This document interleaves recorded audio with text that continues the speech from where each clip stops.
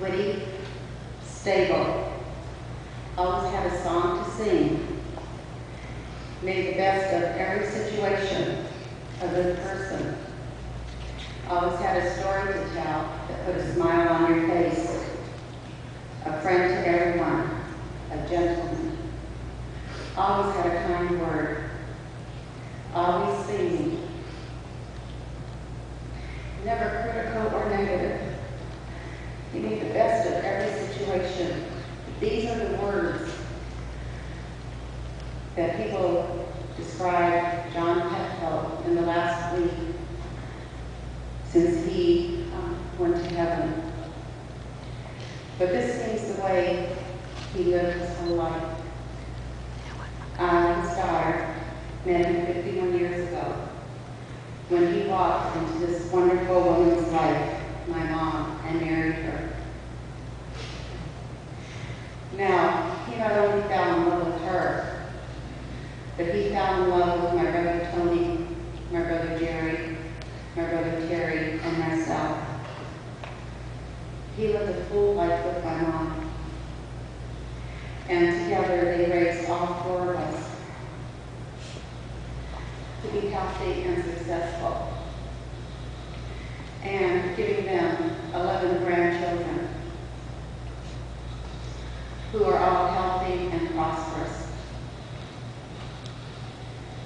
And now these grandchildren have given them 17 great-grandchildren, with 2 on the way.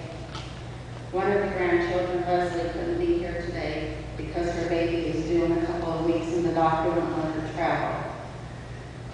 And she's just broken-hearted because she can't be here with all of us. So Leslie, I know you're listening to this, and we just want you to tackle the issue, and we wish you were here.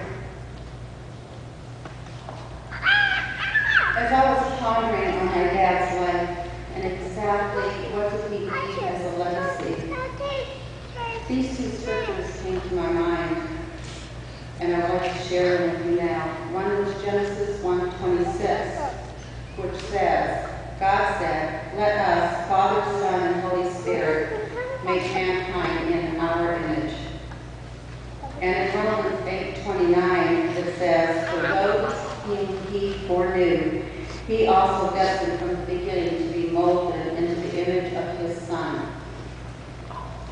Then I began to realize that my dad, John Petko, was created in the image of Christ and was predestined to walk in that image.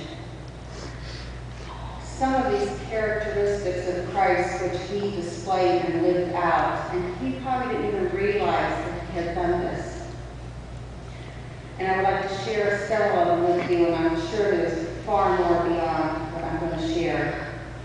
The first one was his unconditional love.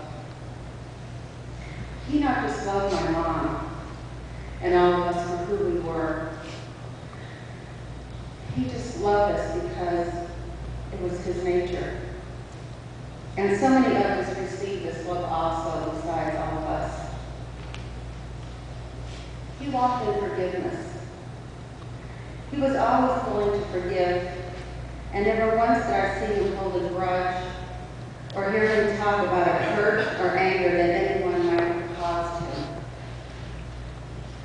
And he put that forgiveness as far from the east as the west because he would forget the hurt or the harm that came of him and walk in love and with a smile on his face. His kindness. He was kind to everyone and always had something to say that would bring a smile to your face. His gentleness. He was a very gentle man, very seldom raised his voice, and always had good to say about people. His goodness. As you all know, he was just a good person. He was full of joy and peace. Now this is the legacy John Petko has left behind for all of us.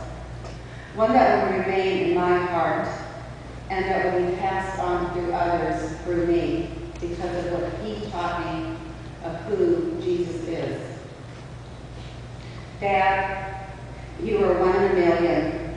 Yes, once in a million is hard to find someone rare as you are. And I'd like to take this time to say goodbye, husband. Goodbye, Dad. Goodbye, Grandpa. And goodbye, friend. We love you and we miss you, and you will stay in our hearts forever.